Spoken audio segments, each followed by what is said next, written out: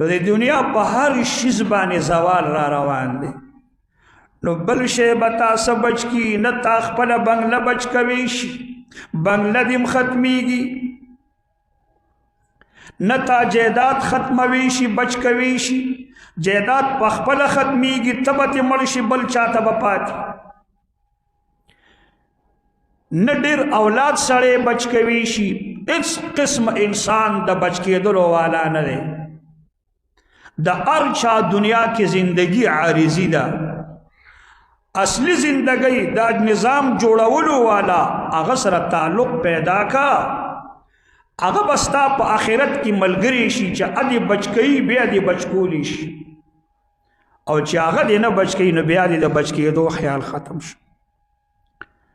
او د دې دنیا سره تعلق دا مه جوړوه دا ګوره دروغجن حما حول دی نبی کریم صلی الله تعالی علیه وسلم فرمایلی دي بن اسرائیلو کی و زمانه داسې و چې یو علاقه باندې یو درې کسانو چې دا درې کسان څه بیمارانو یو د سترګو بیمار دی په سترګو ړوند دی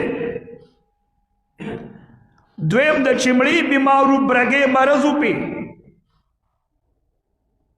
یو د سر د ویښتو بیمارو چې ټول بدن نه ویښته وتلي الله رب العزت د طرفنا یو امتحان دی دور خلکو باندې داسې دی نو د انسان په چهره ولا یو فرشته راولېږله دا ملائکه چې کله راله نو د دې سر چې په یختې په بدن نه و بله ورله دته وایي نوجوانه پړه کې دې څه ارمان دی دی ورته وایي ارمان مې دا دی چې د بدن مې ویښته پیدا شي نه په مخ ویښته شته نه مې په سر ویښته شته خلک رانه کرکه کوي هغه فرشتې ورته دوا وکړله چې الله پاک او پر یې سر یې له لاس راښکدو د دې لاس د راښکستلو سره دې سړي په سر ویښته راوختل بیا ورته وایي چې د دې دنیوي شیزونو کې د کوم شیز خوښ دی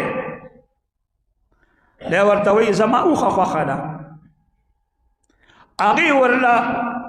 یو د 10 میاشتو بلار به اوښه ورکړه او ورته یې ویل چې الله پاک دې لب کې برکت واچوي دغه فرشته د دې ځای نه لاړه او چې په چا د چمړي بیماري وه هغه له ورله هغه ته وایي نوجوانه پړه کې دې څه ارمان دی او یې ښکلي او مزېدار بدن چمړه